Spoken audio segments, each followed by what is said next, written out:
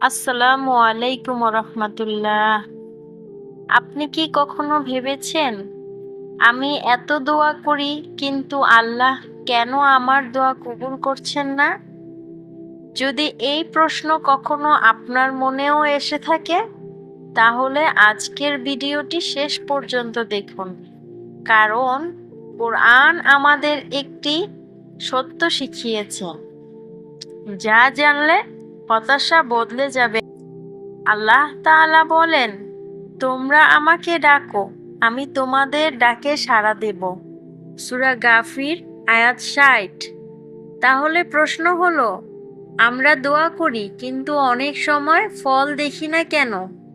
এর উত্তর হলো, আল্লাহ কখনোই বান্দার দোয়া উপেক্ষা করেন না, কিন্তু তিনি তার অসীম জ্ঞান অনুযায়ী সর্বোত্তম সময় ও পদ্ধতিতে উত্তর দেন। কোরআনে নবী ইউসুফ আলাইহিসসালামের জীবন দেখুন।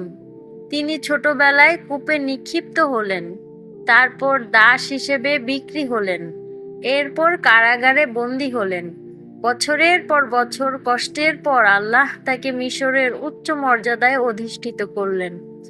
যদি ইউসুফ আলাইহিসসালাম প্রথম দিনেই মুক্তি পেতেন, তাহলে কি তিনি সেই মর্যাদা পেতেন? সম্ভবত না। এ থেকেই বোঝা যায় আল্লাহর পরিকল্পনা আমাদের পরিকল্পনার চেয়ে অনেক উত্তম।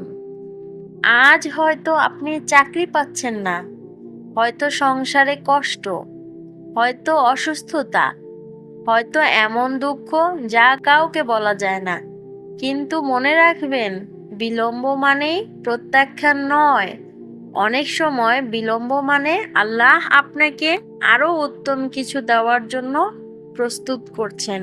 তাই দোয়া বন্ধ করবেন না, নামাজ ছাড়বেন না, কোরআনের সাথে সম্পর্ক আরো দৃঢ় করুন।